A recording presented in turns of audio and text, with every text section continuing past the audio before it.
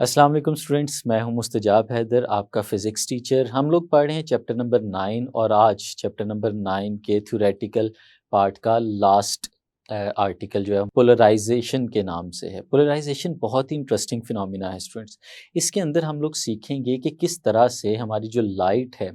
वो wave nature रखती है और उस वेव में उसकी जो नेचर है वो ट्रांसवर्स नेचर है। और फिर प्लेन पोलराइजेशन क्या है, लाइट की जनरेशन क्या है, किस तरह से जनरेट करती है, किस तरह से प्रोपोगेट करती है, और फिर इसी तरह से ऑप्टिकली एक्टिव मटेरियल्स क्या होते हैं। तो बहुत ही इंटरेस्टिंग सा आर्टिकल है स्टूडेंट्स। चलते हैं अपने लाइट बोर्ड की तरफ और इसका आगाज़ करते हैं। स्टूडेंट्स, पोलराइजेशन को समझने के लिए हम एक एग्जांपल से स्टार्ट करते हैं जो हमारी बुक में भी मेंशन्ड है। लेट्स सपोज स्टूडेंट्स, हमारे पास एक एंड है जहाँ पे हम लोगों ने एक स्ट्रिंग को अटैच किया हुआ है और ये स्टूडेंट्स हमारे पास दूसरा एंड है। इन दोनों एंड्स के दरमियान यहाँ पे लेट्स सपोज स्टूडेंट्स हमारे पास एक स्ट्रिंग है जिसको मैं एक डॉटेड लाइन के साथ रिप्रेजेंट कर रहा हूँ। अब स्टूडेंट्स, अगर हम इस स्ट्रिंग को इस एक एंड से पकड़ते हैं, कोई भी एक स्टूडेंट है जो इसको स्ट्रिंग को यहाँ से पकड़ता है और अप एंड डाउन, ऊपर और नीचे मूव करवाना शुरू कर देता है, डिस्टर्ब करना शुरू कर देता है। तो स्टूडेंट्स, हम लोगों ने सीखा था कि एक वेव बनती है और वो वेव जो है वो फॉरवर्ड डायरेक्शन में प्रोपोगेट करना शुरू कर देती है। अगर उस वेव को यहाँ पे स्टूडेंट्स मैं रिप्रेजेंट करूँ एक सॉलिड लाइन से, तो स्टूडेंट्स वो कुछ इस तरह से एक वेव बनेगी जो ट्रैवल करते करते आगे की तरफ चली जाएगी।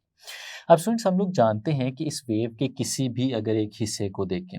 तो उस हिस्से पे मौजूद जो पर्टिकुलर पार्टिकल है इस स्ट्रिंग का, वो अपनी जगह पे ऊपर और नीचे ऑसिलेट करता है और जो वेव है वो ट्रैवल करते हुए आगे की तरफ जाती है। यानी इस केस में अगर हम लोग बात करें तो हमारी जो ये वेव है ये इस डायरेक्शन में ट्रैवल करते हुए आगे की तरफ जाएगी और हमारे पास कोई भी पॉइंट, कोई भी पार्टिकल अगर हम लोग ले लें तो वो ऑसिलेट करेगा अप एंड डाउन डायरेक्शन में। लेट्स सपोज अगर मैं यहाँ पे एक पार्टिकल कंसीडर कर लेता हूँ स्टूडेंट्स, तो ये पार्टिकल इस वक्त ऊपर है और ये वेव जब प्रोपोगेट करेगी इस पार्टिकल ने मेन पोजीशन पे आना है और उसके बाद उसने नीचे की तरफ भी जाना है। तो ये दो पॉइंट्स हैं स्टूडेंट्स जिनके दरमियान में हमारा ये पार्टिकल जो है वो ऑसिलेट करता रहता है। यानी वेव जो है वो ट्रैवल करते हुए आगे की तरफ जा रही है और ये पार्टिकल जो है अप एंड डाउन ऑसिलेट कर रहा है। और स्टूडेंट्स याद करें, हमने इसे ट्रांसवर्स मैकेनिकल वेव का नाम दिया था। अब लेट्स सपोज स्टूडेंट्स, ये सारे का सारा ये जो हम लोगों ने फिनोमिना अभी देखा, ये फिनोमिना एक एक्स वाई प्लेन के अंदर हो रहा है। अगर स्टूडेंट्स इसे मैं एक्स वाई प्लेन का नाम दे दूं तो ये हमारा एक्स एक्सिस लेट्स सपोज, और ये स्टूडेंट्स लेट्स सपोज हमारा वाई एक्सिस है और ये हमारा ओरिजिन है। अब इसके अंदर अगर बात करें तो स्टूडेंट्स हमारा ये जो ऑसिलेट करता हुआ पार्टिकल है ये एक्स वाई प्लेन के अंदर ऑसिलेट कर रहा है और हमारी जो वेव है वो ट्रैवल करते करते आगे की तरफ जा रही है। यानी ये जो सारा मामला हो रहा है ये एक प्लेन के अंदर हो रहा है। मैं इसको यहाँ पे लाइट बोर्ड के ऊपर आपको ड्रॉ करके दिखा रहा हूँ। तो ड्रॉ करने का मतलब भी ये है कि ये एक प्लेन है, जो चीज़ ड्रॉ की जा सकती है किसी एक जगह के ऊपर, फ्लैट सरफेस के ऊपर, तो हम उसे कहते हैं कि वो टू डायमेंशनल है, वो एक प्लेन के अंदर है। तो यहाँ पे भी जो स्टूडेंट्स हमें नज़र आ रहा है वो एक प्लेन है और इसमें ये जो वेक्टर हमें नज़र आ रहा है इस वक्त, ये एक ऐसा वेक्टर है जो ऑसिलेट करते हुए पार्टिकल के बारे में हमें इंफॉर्मेशन दे रहा है। अब स्टूडेंट्स, ये जो एक वेव हम लोगों ने इस जगह पे देखी है, हम कह सकते हैं कि ये वेव एक्स वाई प्लेन के अंदर मौजूद है, ये किसी और प्लेन में मौजूद नहीं है। तो स्टूडेंट्स, अगर इस तरह से कोई एक वेव हमारे पास मौजूद हो जो किसी एक प्लेन में हो, एक से ज़्यादा प्लेन्स के अंदर वो मौजूद ना हो, तो हम लोग कहते हैं कि वो ट्रांसवर्स वेव इस केस में वो प्लेन पोलराइज्ड है। यानी वो एक ही प्लेन के अंदर मौजूद है, एक से ज़्यादा प्लेन्स के अंदर वो मौजूद नहीं है। इस वजह से हम उसे प्लेन पोलराइज्ड लाइट कहते हैं, प्लेन पोलराइज्ड वेव कहते हैं, जो यहाँ पे हमें नज़र आ रही है। अब स्टूडेंट्स, इसको रिप्रेजेंट किया गया है हमारी बुक में भी। अगर आप देखें तो दो डिफरेंट फिगर्स के फॉर्म में ये एक्सप्लेन किया गया कि अगर आप किसी रोप को पकड़ के वर्टिकल एक्सिस के ऊपर ऑसिलेट कराएं तो जो वेव बनेगी वो वर्टिकल एक्सिस की डायरेक्शन में बन रही है और आप प्रोपोगेट करते हुए आगे की तरफ जा रही है, और एक जो हमने ऑसिलेशन की है वो हॉरिजॉन्टल एक्सिस के अलोंग की है। तो इन दोनों केसेस में जो वेव है वो एक ही प्लेन के अंदर मौजूद है। जैसे इस केस में ये जो वेव थी हमारे पास वो एक्स वाई प्लेन के अंदर मौजूद थी। This wave is present in X Y plane, इसके अंदर स्टूडेंट्स ये वेव हमारे पास मौजूद है। अब अगर आप इमेजिन करें ये जो सेकंड फिगर आपको दिखाई गई है, अगर हम इसमें जेड एक्सिस भी ड्रॉ कर लें तो जेड एक्सिस स्टूडेंट्स आपको पता है किस तरफ होगा। जेड एक्सिस जो है वो इस पूरे प्लेन के परपेंडिकुलर होता है, यानी अगर हम उसको ड्रॉ करते हैं तो वो यहाँ पे 2 डायमेंशंस में ड्रॉ तो नहीं हो सकता। उसकी जो डायरेक्शन है वो आपकी तरफ होगी या मेरी तरफ होगी, इस प्लेन के पूरे परपेंडिकुलर होगी। तो स्टूडेंट्स फिर वो जो वेव हमारे पास नज़र आ रही होगी, जैसे इस केस में, अब इसको आप इमेजिन करें कि ये मेरी तरफ है, मैं इसे जेड एक्सिस का नाम दे देता हूँ, तो ये मेरी डायरेक्शन में है। तो फिर ये जो हॉरिजॉन्टल सरफेस आपको नज़र आ रही होगी ये एक्स जेड प्लेन को रिप्रेजेंट कर रही होगी। तो अगर जो वेव है वो इस तरह से बनाई जा रही है, ऑसिलेशन जो एक्स और जेड एक्सिस में बन रही है, तो वो भी एक ही प्लेन के अंदर मौजूद है, लेकिन इस केस में जो वो प्लेन है वो एक्स जेड प्लेन है। लेकिन जो चीज़ इंपॉर्टेंट है वो ये है कि जो दोनों वेव्स हमारे पास बन रही हैं, ये दोनों वेव्स एक ही प्लेन के अंदर बन रही हैं, जो फिगर में भी हमें नज़र आ रहा है। अब स्टूडेंट्स अगर हम लाइट की तरफ आते हैं, लाइट जो है वो एक ऐसी वेव है जो जनरेट होती है या जो ट्रैवल करती है एक जगह से दूसरी जगह, वो ट्रैवल करती है due to the oscillations of electric and magnetic field vectors. अब ये जो इलेक्ट्रिक और मैग्नेटिक फील्ड वेक्टर्स हैं ये किस तरह से ऑसिलेट करते हैं, तो स्टूडेंट्स हमें पता होना चाहिए कि जब भी लाइट या इलेक्ट्रोमैग्नेटिक वेव एक जगह से दूसरी जगह जाएगी तो एक प्लेन के अंदर हमारा एक फील्ड का वेक्टर ऑसिलेट करेगा। यानी अगर हम लोग कहें कि इलेक्ट्रिक फील्ड है, लेट्स सपोज इलेक्ट्रिक फील्ड का जो वेक्टर है वो वाई एक्सिस जो है उसके अलोंग ऑसिलेट कर रहा है, और इसी तरह हमारा जो मैग्नेटिक फील्ड का वेक्टर है वो एक्स एक्सिस के अलोंग ऑसिलेट कर रहा है। तो दो परपेंडिकुलर एक्सिस के अलोंग दो फील्ड वेक्टर्स ऑसिलेट करते हैं, और उनके ऑसिलेशन के रिजल्टेंट के तौर पे हमारे पास जो लाइट है वो ट्रैवल करते हुए एक जगह से दूसरी जगह जा रही होती है। अब स्टूडेंट्स बड़ी इंटरेस्टिंग सी चीज़ है यहाँ पे, यानी दो फील्ड वेक्टर्स हैं और उन दोनों फील्ड वेक्टर्स के रिजल्टेंट के तौर पे लाइट ने एक जगह से ट्रैवल करते हुए दूसरी जगह जाना है। अब वो लाइट जो है वो खुद किस तरह से बनेगी, लाइट भी एक फील्ड वेक्टर की फॉर्म में एक जगह से ट्रैवल करते हुए दूसरी जगह जा रही होती है। हम बिल्कुल उसको इसी तरह से रिप्रेजेंट कर सकते हैं, एक ट्रांसवर्स वेव की शक्ल में हम उसे रिप्रेजेंट कर सकते हैं। लाइट भी ट्रांसवर्स वेव बनती है जब दो डिफरेंट फील्ड वेक्टर्स कंबाइन होते हैं, तो उनके कंबाइंड इफेक्ट से ये ट्रैवल करते हुए आगे की तरफ जा रही होती है।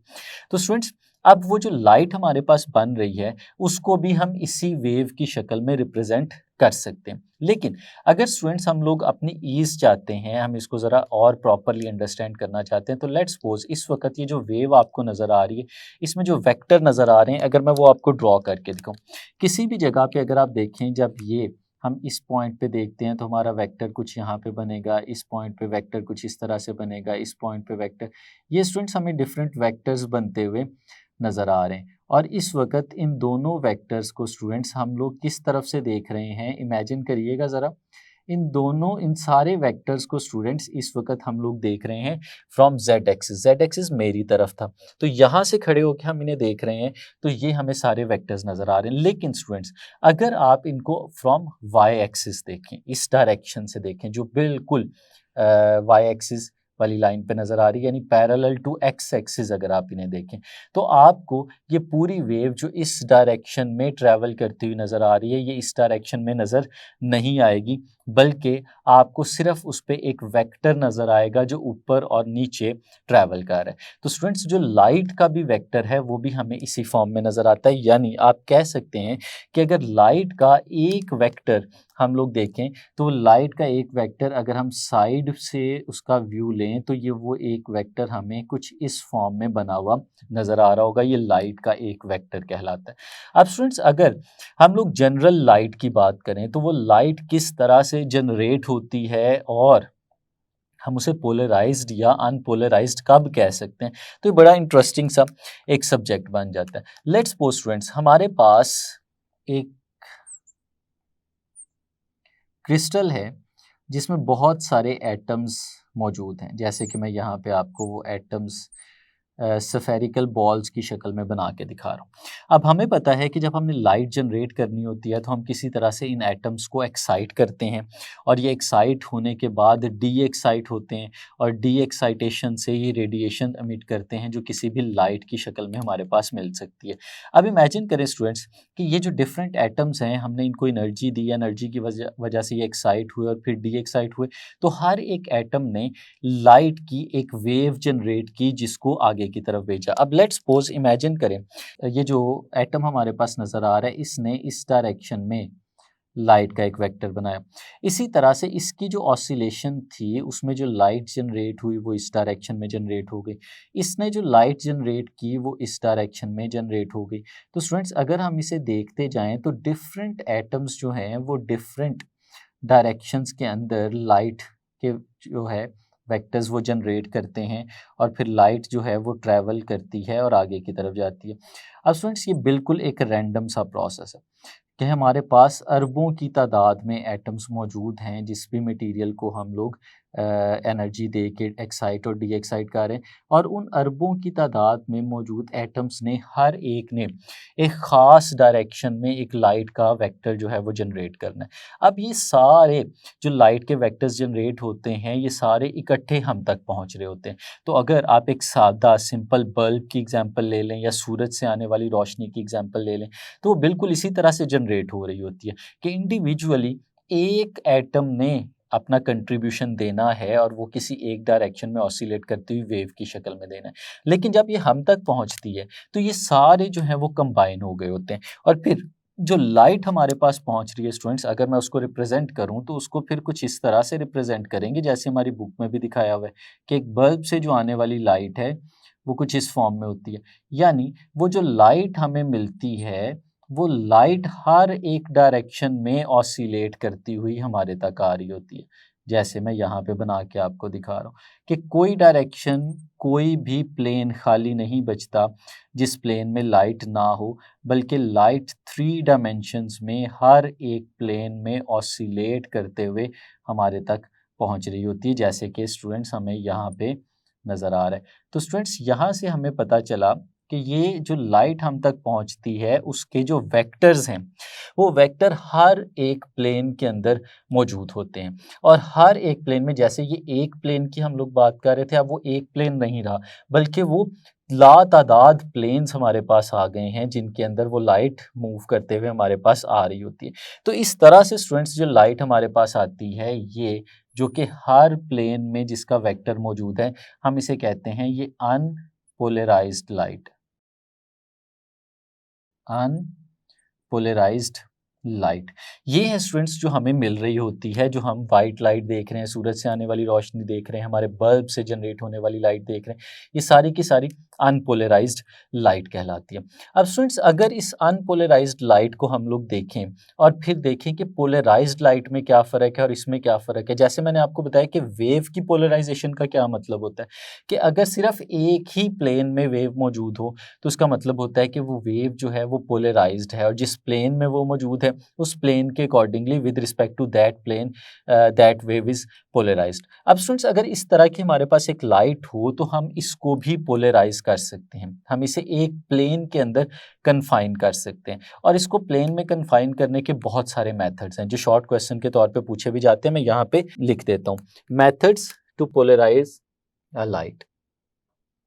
तो स्टूडेंट्स सबसे पहला जो मेथड है हमारे पास that is called selective absorption. जो दूसरा मेथड है स्टूडेंट्स हमारे पास वो है रिफ्लेक्शन फ्रॉम डिफरेंट प्लेन्स। तीसरा जो मेथड है स्टूडेंट्स हमारे पास वो है रिफ्रैक्शन और जो चौथा मेथड है हमारे पास स्टूडेंट्स वो है स्कैटरिंग फ्रॉम स्मॉल पार्टिकल्स। अब स्टूडेंट्स ये 4 मेथड्स हैं जिन चारों मेथड से हम किसी भी लाइट को पोलराइज कर सकते हैं। हमारी बुक में सिलेक्टिव एब्जॉर्प्शन जो सबसे ज़्यादा कॉमन मेथड है ये डिस्कस किया गया है। रिफ्लेक्शन, रिफ्रैक्शन और स्कैटरिंग जो है उसको डिटेल में डिस्कस नहीं किया जा गया। तो हम लोग स्टूडेंट्स देखते हैं कि सिलेक्टिव एब्जॉर्प्शन सबसे पहले होती क्या है। तो स्टूडेंट्स हम लोग अगर सिलेक्टिव एब्जॉर्प्शन की बात करें तो ये एक इस तरह की एब्जॉर्प्शन है जिसमें हम लोग डिफरेंट प्लेन्स में आने वाली लाइट को एब्जॉर्ब कर लेते हैं और उसमें से सिर्फ एक प्लेन की लाइट को आगे जाने देते हैं, बाकी सारे प्लेन्स को एब्जॉर्ब कर लेते हैं। इसके लिए स्टूडेंट्स हमारे पास एक ऐसा मटेरियल होना चाहिए जो मटेरियल लाइट को एब्जॉर्ब कर सके स्पेसिफिक एक्सिस के अंदर और बहुत सारे एक्सिस में से उसे आगे ना जाने दे। इस तरह का जो मटेरियल है हम उसे नाम देते हैं पोलराइज़र का। पोलराइज़र एक ऐसा मटेरियल होता है जिसमें एक एक्सिस ऐसा होता है कि वो लाइट को पास करने देता है, लेकिन बाकी एक्सिस में से वो लाइट को पास नहीं करने देता। हम उस एक्सिस को नाम देते हैं पास एक्सिस का। अब स्टूडेंट्स अगर हम लोग इसको देखें तो कुछ ऐसे इमेजिन करें कि हमारे पास इस तरह से ये एक लाइट जो है ये डिफरेंट हमने प्लेन्स में ली हुई है। सिर्फ समझने के लिए हम इसे ऐसे समझते हैं कि ये डिफरेंट प्लेन्स में नहीं है, ये सिर्फ दो प्लेन्स के अंदर मौजूद है, जिसमें एक ये हॉरिजॉन्टल प्लेन हमारे पास नज़र आ रहा है, ठीक है, इसके अंदर लाइट मौजूद है, और एक हमें ये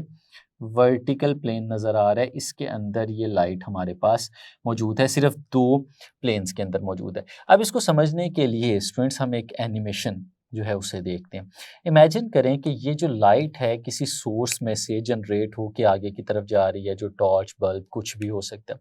और इसके रास्ते में हम लोगों ने एक मटेरियल ऐसा प्लेस कर दिया है जो मटेरियल ख़ास एक्सिस में से तो लाइट को पास करने देगा, लेकिन बाकी एक्सिस में से लाइट को ब्लॉक कर देगा। तो स्टूडेंट्स जो वर्टिकल एक्सिस है हमारे पास ये है पास एक्सिस।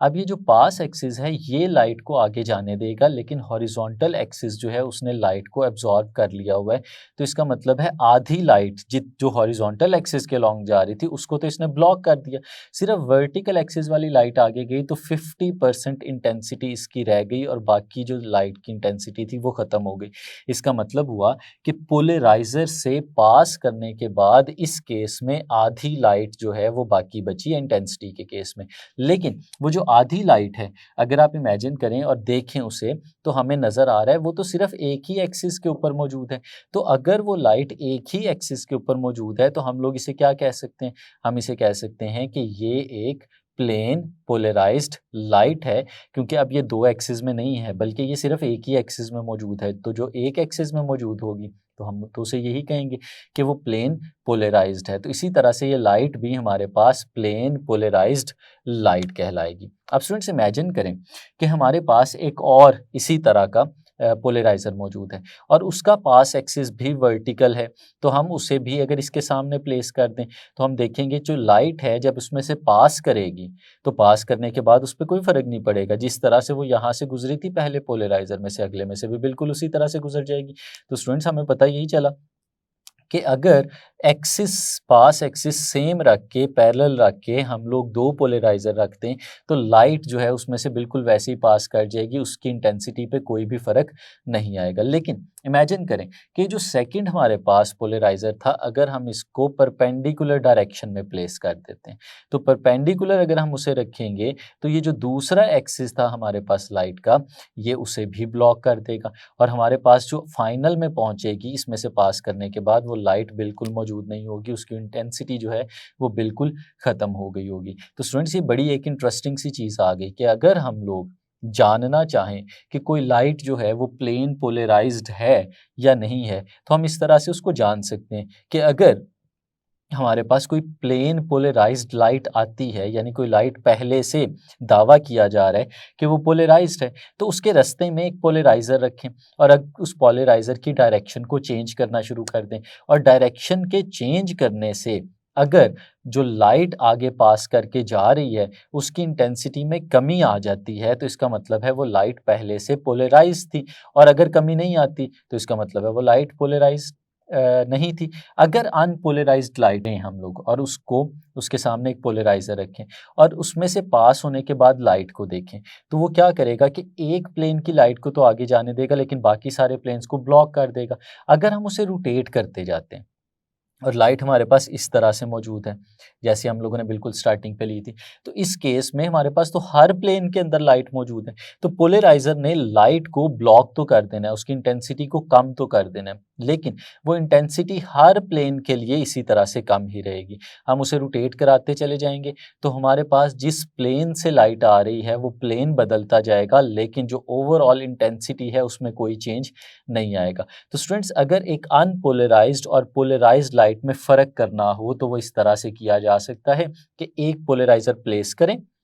और उसमें से गुजरने वाली लाइट को ऑब्जर्व करें, उसकी इंटेंसिटी कम हो जाएगी, और उसके आगे एक और पोलराइज़र प्लेस कर दें और उसकी डायरेक्शन को चेंज कर दें। अगर उसकी डायरेक्शन को चेंज करने से आगे लाइट नहीं मिल रही तो इसका मतलब है कि वो लाइट जो है वो पोलराइज़ हो चुकी थी। अगर सिंगल पोलराइज़र से आपने चेक करना है तो वो भी कर सकते हैं। अगर आप एक पोलराइज़र को प्लेस करें लाइट के सामने, तो जो हमें इंटेंसिटी मिलेगी लाइट की वो कम हो जाएगी। अब पोलराइज़र को रोटेट कराना शुरू कर दें। उसकी रोटेशन से हमारी इंटेंसिटी ऑफ लाइट पे फ़र्क नहीं पड़ेगा, क्योंकि एक आधा प्लेन हमेशा ऐसा मौजूद रहेगा जो उसमें से पास करके आगे जा रहा होगा। लेकिन अगर उसको रोटेट करने पे इंटेंसिटी में फ़र्क आ जाता है, कमी आ जाती है, तो इसका मतलब है कि वो लाइट पहले से पोलराइज़ थी, ख़ास प्लेन अलाउ थे और उन्हीं प्लेन्स को हमारे पोलराइज़र ने ब्लॉक कर दिया और उसके ब्लॉक करने की वजह से वो फर्दर आगे नहीं जा सकी। अब स्टूडेंट्स, ये इंटरेस्टिंग चीज़ है। इसके बारे में इंटरेस्टिंग इन्फॉर्मेशन 2-3 हमारी बुक में भी मेंशन है। जैसे अगर आपके पास जो लाइट है वो किसी नदी या दरिया में ठहरे हुए पानी के ऊपर टकराती है, तो वो भी इसकी कुछ प्लेन्स को जो है वो एब्ज़ॉर्ब कर सकता है और बाकी प्लेन्स को रिफ्लेक्ट कर देता है, और उस रिफ्लेक्शन की वजह से भी जो लाइट है वो पार्शियली पोलराइज्ड हो जाती है। और इसी तरह से अगर आपके पास पोलराइज्ड सनग्लासेस हैं,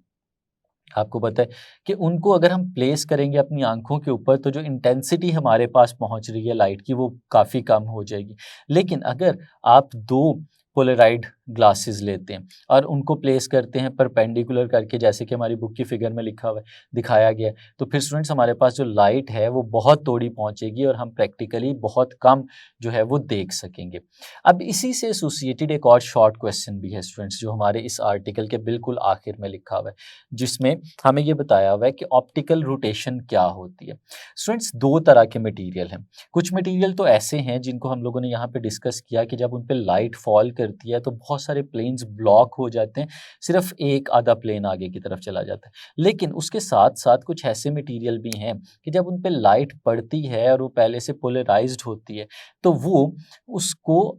उसके पोलराइज़ जो ऑलरेडी पोलराइज्ड लाइट है, जब वो उसमें से गुज़रती है, तो वो उसके प्लेन को ब्लॉक नहीं करते, बल्कि उसे रोटेट करवा देते हैं। जैसे अगर हमारे पास एक लाइट जो है, जैसे वो वर्टिकल एक्सिस में जा रही है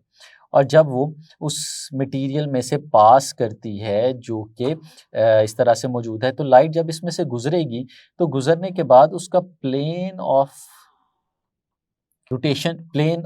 ऑसिलेशन जो है वो चेंज हो गया होगा, लेकिन वो डिमिनिश नहीं हुआ होगा, वो ख़त्म नहीं हुआ होगा। इस तरह से स्टूडेंट्स, अगर हमारे पास कोई फिनोमिना हो रहा हो तो हम इसे कहते हैं कि ये रोटेशन है हमारे प्लेन की, और जो मटेरियल ये कर रहे होते हैं हम उसे ऑप्टिकली एक्टिव मटेरियल्स का नाम देते हैं, कि जब उसमें से कोई भी लाइट पास करती है जो पोलराइज्ड होती है, तो उसमें से पास करने के बाद उसका प्लेन बदल जाता है। जैसे कि हमारे पास बुक में भी मेंशन्ड है फिगर साइड बॉक्स की फॉर्म में, जिसमें बताया गया कि अगर हमारे पास शुगर का एक सॉल्यूशन हो और उसमें से लाइट पास करे, तो वो जो लाइट है उसको सर्टेन प्लेन के ऊपर रोटेट कर देता है वो शुगर का सॉल्यूशन, और वो इस तरह से हमें मिलती है। जो पास करने के बाद लाइट होती है वो उसका जो रोटेशन का प्लेन है वो बदल गया होता है।